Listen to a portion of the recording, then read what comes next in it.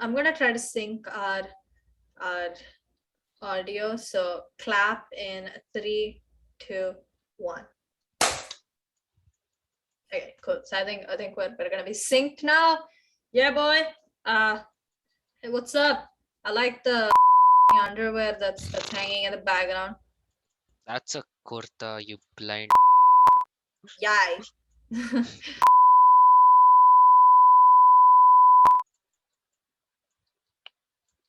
Really? You want Yes. Twitter to cancel you? Huh? Yeah, I'm cancelled anyways at this point. Everyone hates me, it doesn't matter. The only thing that's going on well in my life is my brilliant new wall. What do you think? Phew,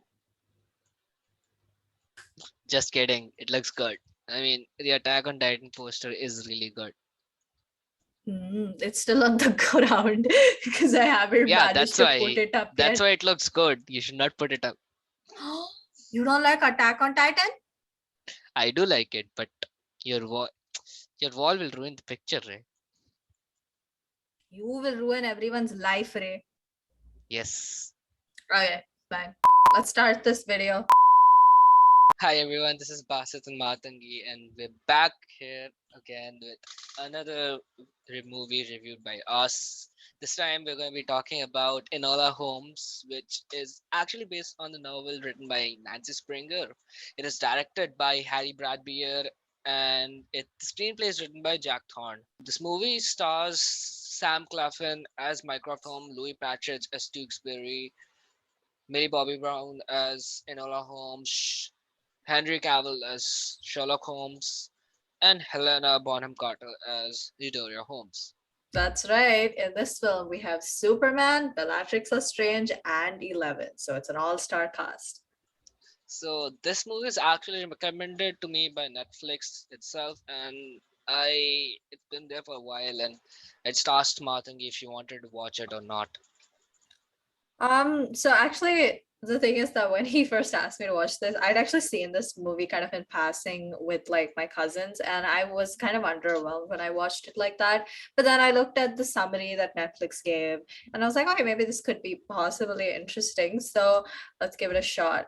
God, that was a huge mistake. Like, I felt so sad and upset after watching this film that I had to go back and read like Speckled Band just to make myself feel better. That actually did make me feel better because this time I imagined Sherlock Holmes as Henry Cavill. So Go to horny jail. There's more to this film than Henry Cavill. really, there's more to this film than Henry Cavill? Yeah, What? like the bad screenwriting. Okay, so I don't think it's like the worst thing. Like the premise for this film is not terrible. Like let's go look at the Google summary for this film. It's while searching for her missing mother, intrepid teen Enola Holmes uses her sleuthing skills to outsmart her big brother Sherlock and help a runaway lord. Like when you read that, it doesn't sound like awful. But then when you go watch the film, it's like they've ruined it.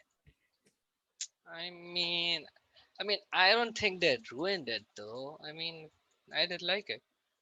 I don't know. Okay, I'm gonna try to give this film like a fair chance. So to do that, we're gonna go through three parameters. The first being how it compares to the book, how it compares to the original Sherlock Holmes, and how it works as a standalone film.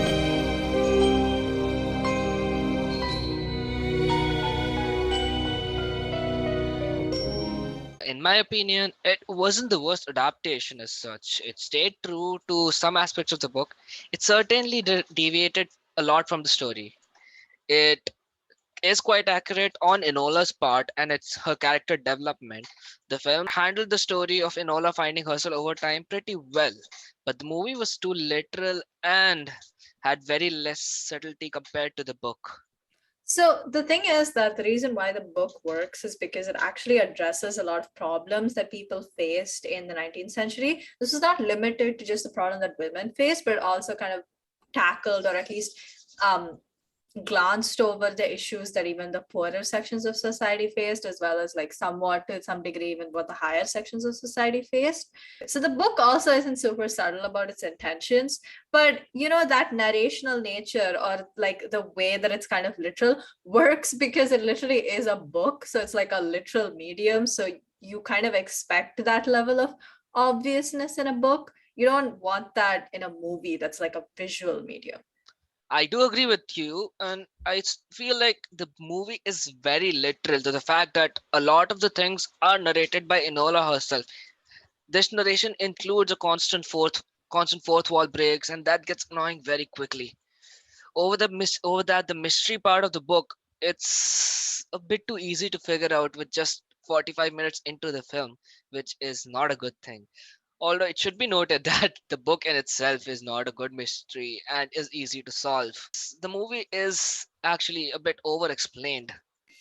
So I think the biggest reason why the movie fails though is because the fact is that the characters themselves are like caricatures. They're not like actual characters. So you kind of feel like it's like a cartoon for 3-year-olds with just these cookie Mm, cutter people instead of an actual film with like a writer that's meant for like, you know, functioning adults or even teenagers for that matter.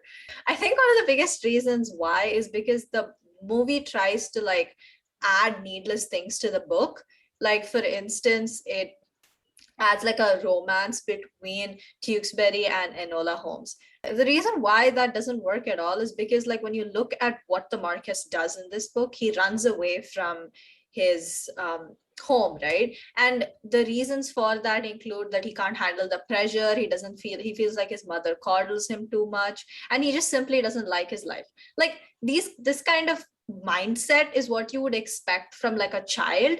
You wouldn't expect it from an adult. So the book really does a good job of maintaining people within like their characters. Like, they are realistic representations of what you would expect from people within those age groups, from those upbringings and stuff like that. I don't think the movie does that at all because it tries to flip things and try to make it a more modern or I don't know what, and or appealing to the young adults, and in that way it basically fails in trying to actually make a realistic film. One of the things that I found in the book was that the story in the book defined Enola's relationship with her mother a bit better.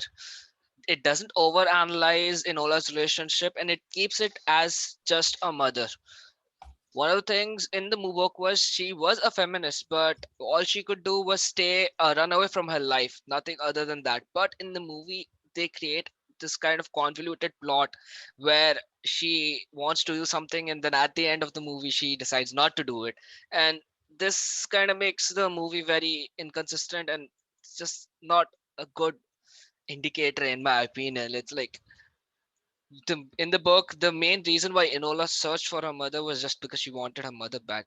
Whereas in the movie, they've tried to show this thing that her mother is going to do something bad and she needs to stop her.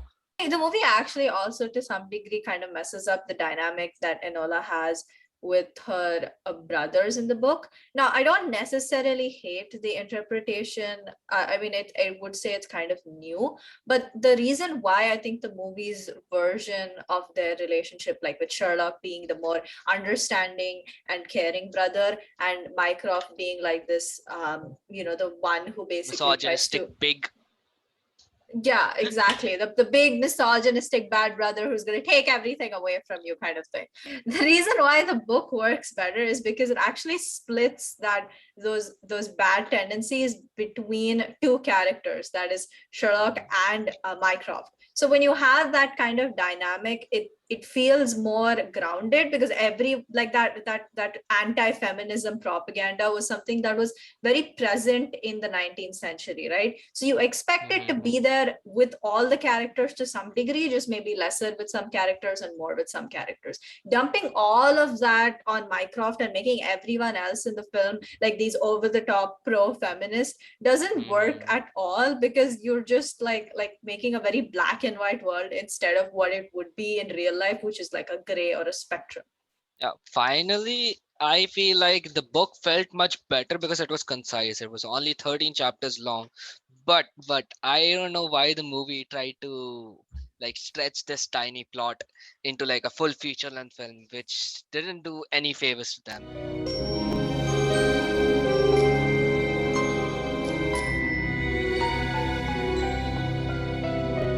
Okay, I'm a huge Sherlock Holmes fan. I've read these books since I was a child. My mom and I used to love reading this together. So for me, this is like a slap in the face. Okay, I know this is a terrible film in that comparison. Like, you are representing one of the greatest detectives of all time who had some of the best mysteries ever known. And the fact is that he is a jerk in the books. You can't flip that upside down when you are representing it in film. Okay, it doesn't work that way. Film does not use any of that. It flips all the characters we know upside down and dials or just dials their anti-woman feelings up to 11. Sometimes it even dropped entire character traits just because the writers knew that they were fan favorites. Yeah, exactly. Like, that's my point. Like, Holmes is a fan favorite, but you do realize the reason why people liked Holmes is because he was smart, not because he was likable, right? Like, Hmm. he's a keep him in. I'm completely fine with that. He's selfish. He's just selfish. Yeah, exactly. Like you can't make him lovable just because he's played by Superman, right? Like, that's not Hmm. acceptable. And then you just like push all of his like bad characteristics on Mycroft. No, okay. Here's the thing. Mycroft is also extremely intelligent. He just doesn't care about anything. Okay, like that's his entire Hmm. personality. Like, he can solve mysteries, but he doesn't care. Even Sherlock himself admits that Mycroft is probably more intelligent than he is. He's just interested in keeping his government job and kind of sticking with that lifestyle. So the Hmm. only thing that they kind of got right about Mycroft is probably that he didn't he sent He's alone. just And stuck up. He's just stuck up. He's just stuck up. off, but like mostly it's just that I think he's lazy, so he doesn't care. He's gonna send Enola to finishing school because he's not gonna be invested in raising anyone, right? But I'm not he's gonna not. raise anyone. Yeah. Exactly, but he's not an over the top goof. He's Hmm. just a slime ball. Like, that's all he is. I think the only Hmm. character that the movie did well with was probably Lestrade, because Lestrade is still as useless as he was in the damn book. I'm not. I mean, I'm not wrong here. Okay, Lestrade was useless in the books. He was only good when you had to like brandish his revolver and be like, okay, we're gonna arrest someone. So yeah, they did Oh a good job in yeah. representing him, but everyone else, no. I'm glad they didn't show up Watson or something. Jeez, I wonder what they would have done with that. Oh no. Apart from assassinating the characters from the book, they even the movie fails to do the most basic thing that almost every Sherlock Holmes story did. That is be a good mystery. I don't want to tell you who the actual villain in the movie is, but anyone who has watched it will figure it out as soon as they come in. But they didn't even try. It just seems disrespectful, in my opinion. Like the Arthur Conan Doyle collections were all meant to be entertaining mysteries that give subtle clues and would not reveal the mystery until the end of the story, where Sherlock finds it out. So these clues require comprehensive analysis to crack, and it just seems bad. And the joy in reading Sherlock Holmes books were because of solving those mysteries along with Sherlock Holmes. So even if the adversary itself is still evident in the story, some aspect of crime should remain under wraps.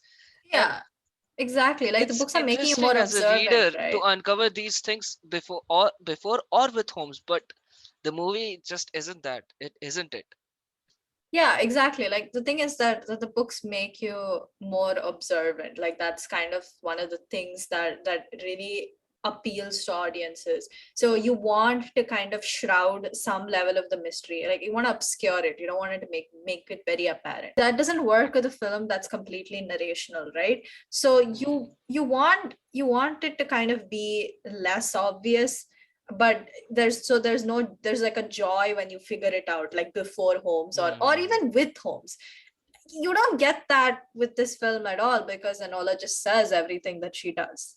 Yeah, I mean that is why people like Sherlock Holmes, because the reveal was done after the clues were given to the reader. Like that difference is why people paid attention to the story, and it made them more observant to it. I mean, Yeah, exactly.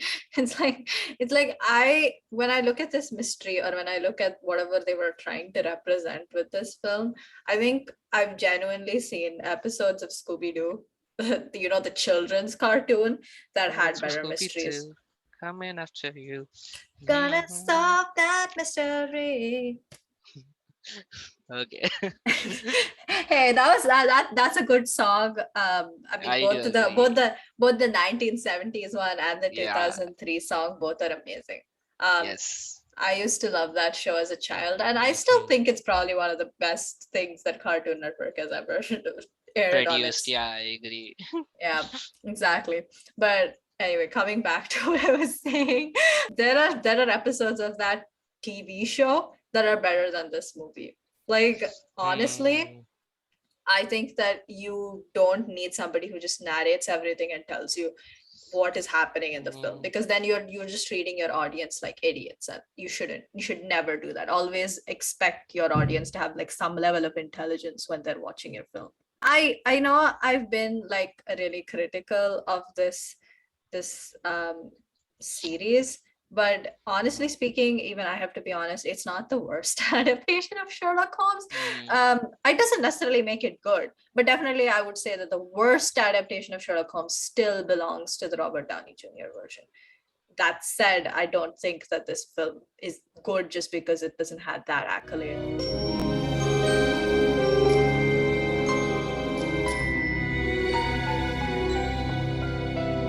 It's an entertaining movie for someone who hasn't watched Sherlock Holmes.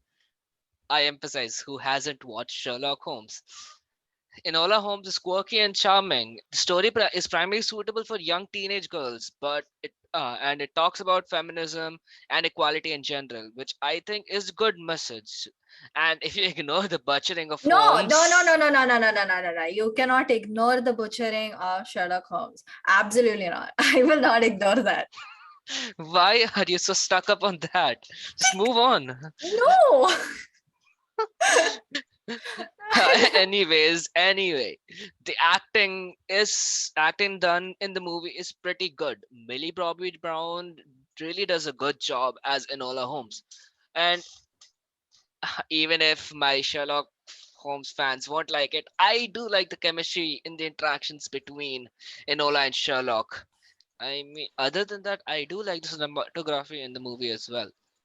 I mean, okay, I don't think we can talk about cinematography or direction or acting or anything when you have failed at the most basic thing that a film is supposed to do, and that's tell a good story. Shh, I know that, but let's give credit where credit's due.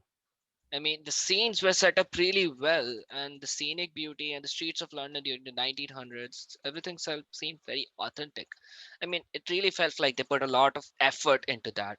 I mean, I do think the narration could have been done a bit better, but yeah, these all things were really done good. And all in all, the acting is good. The scene props, along with cinematography, was good, and definitely the narration and storytelling should have been better.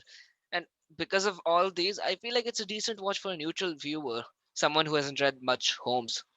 Okay, no, absolutely not. Okay, this isn't just because I like Sherlock Holmes and I'm a huge Sherlock Holmes fan. Okay, I think that this movie fails even with that because, like, I've already explained, like the story is not working. Like, okay, we've already kind of broken down why this is like a terrible mystery, but let's ignore that. Okay, let's take this as like a reinterpretation of Sherlock Holmes. Where it's a reimagining of it as a social commentary, not a mystery film. But even then, actually speaking, this film fails. If we look at this film as a social commentary, the main thing that this film focuses on is the plight of women in the 19th century. This movie takes place during the struggle for women's suffrage in Britain. So yeah, before all my OG fans get mad, yes, this does not work with the Holmes canon because he should be beekeeping by now since the last bout took place in about 1903 to 1915. So yeah, that's already a detracting point, but let's ignore that. Okay, let's go back to looking at this as a standalone film. And yeah, I guess there are certain things that I like about this movie in this aspect. Aside from Henry Cavill's sexiness, obviously. Phew, always horny. Okay, you got to fantasize about Vembu last movie review. This time it's my turn. Okay. Anyway, so the thing is that I like certain things in this film. Certainly, I like the fact that they do talk about Sherlock's, disinterest in politics and the reasons for that, and they kind of bring up interesting deconstructions of his character, of the original Sherlock Holmes character as well. Like it's not just the Sherlock Holmes that they show in this film. So I like those things. I also like that this film promotes equality, and all of those things are good. I just think there's like a subtle way to do this. Like the most egregious moment in the film was when Mycroft walks in, like he's introduced and he just looks at a book called Feminism, and he just like shudders and he's like, ugh, feminism. Oh, good God. Feminism. Perhaps she was mad. There are like subtle ways to do that, I mean, you could right? just throw the book into the dustbin. That'll be good enough. Yeah, or he could just see maybe Enola reading the book at the dinner table, and he's like, we're gonna put you in finishing school. We're not gonna, pay attention to this feminist dogma or something like that. Right? This like really simple ways, just make it visual. I don't know why this movie is so obsessed with telling and not showing. Show, don't tell. It's the first rule of movie making. Do it. Absolutely not. Okay, I mean, as you can clearly see, I do not like this film at all. It's annoying, it's lengthy, it's a complete disaster. Honestly speaking, if you want something good, just if you're a child and you're looking for like a good mystery movie, go watch the Scooby-Doo series, any of them. Like, and not the live action ones, but like any of the animated Scooby-Doo series works great. Just watch that. Or if you're trying to improve your literary skills, for sure read the original Sherlock Holmes, or even the Enola Holmes series. Like even that is really good. Just do that. Don't waste your time on this movie, unless you're like interested in Henry Cavill, of course. Then yeah, watch all those things on mute. That works. I share a very contrasting opinion in, I guess, because I think you should watch this movie if you haven't read a lot of Sherlock Holmes or you're not a fan of Sherlock Holmes in general. But I will agree with the fact that it's a big no for someone who has read a lot of Sherlock Holmes. This movie has butchered Holmes' characters. It has made Mycroft more detestable and has shown him to be not smart like he actually is in the actual book. And there's just nothing for you in the movie to like. You'll be disappointed almost everything. I mean, there just isn't anything else for you guys in the movie.